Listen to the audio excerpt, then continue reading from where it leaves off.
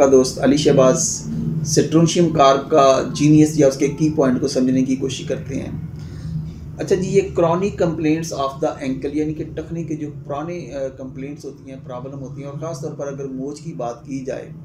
तो उसके बुरे असरात, या ख़ास तौर पर ऐसी मोच जहाँ पर आपने आर्निका, रूटा या और सिलेक्टेड मेडिसिन जो होती हैं वो फेल हो जाती हैं और वो क्रॉनिक सूरत इख्तियार कर जाता है और वहाँ पर अडीमा हो जाता है, तो ऐसी कैफियत या ऐसी कंडीशन को दूर करने के लिए इस दवा से बढ़कर कोई और दवा नहीं है।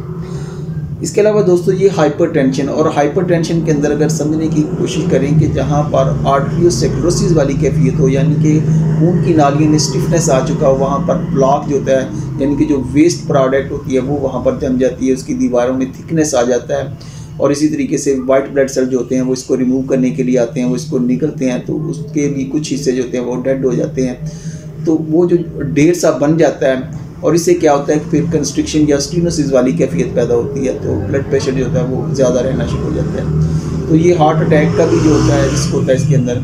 तो यहाँ पर ये दवा जो है ये बहुत ही अच्छा वर्क करती है। इसके अलावा ये पुरानी ऐसी क्रॉनिक ब्लीडिंग और उसके जो बुरे नताज होते हैं, यानी कि अगर कोई सर्जरी वगैरह करवाई हो, कोई ऑपरेशन करवाया हो, तो वहाँ पर जो होता है ब्लीडिंग जो होती है उसका रिसाव रहता है, उसी में जारी रहती है, यानी कि उसमें से खून रिश्ता रहता है, तो जो उसके नताइज बुरे सामने आते हैं तो उसके लिए भी ये बड़ी अच्छी मेडिसिन है। इसके अलावा ये सर्जिकल शॉक की बात की जाए या वहाँ दौरान सर्जरी हेमरेज की बात की जाए, जरियाने खून की बात की जाए, उसकी वजह से होने वाली प्रोस्ट्रेशन की बात की जाए, शॉक की बात की जाए, तो वहाँ पर भी ये दवा आपको बहुत ही अच्छा रिज़ल्ट देगी। इसके अलावा ये खून की सर्कुलेशन के अलावा ये बोन्स के प्रॉब्लम के लिए भी बहुत अच्छी मेडिसिन है।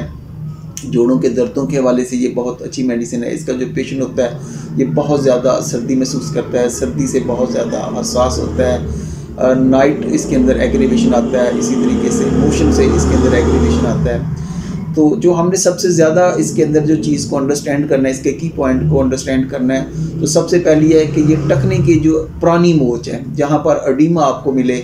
तो उसको दूर करने के लिए आप इस दवा को अप्लाई करें। उसके बाद हाइपरटेंशन जहाँ पर आर्टरियोस्क्लेरोसिस वाली कैफियत हो उसके लिए आप इस्तेमाल करें। इसी तरीके से सर्जरी के बाद अगर खून रिश्ता रहे और उसके जो बुरे नताइज सामने आते हैं, उसकी वजह से जो प्रोस्ट्रेशन होती है, कमज़ोरी होती है, तो उसके लिए भी ये बहुत अच्छी मेडिसिन है। इसी के साथ अली शहबाज को इजाज़त दीजिएगा, अपना ख्याल रखिएगा, अल्लाह हाफिज़।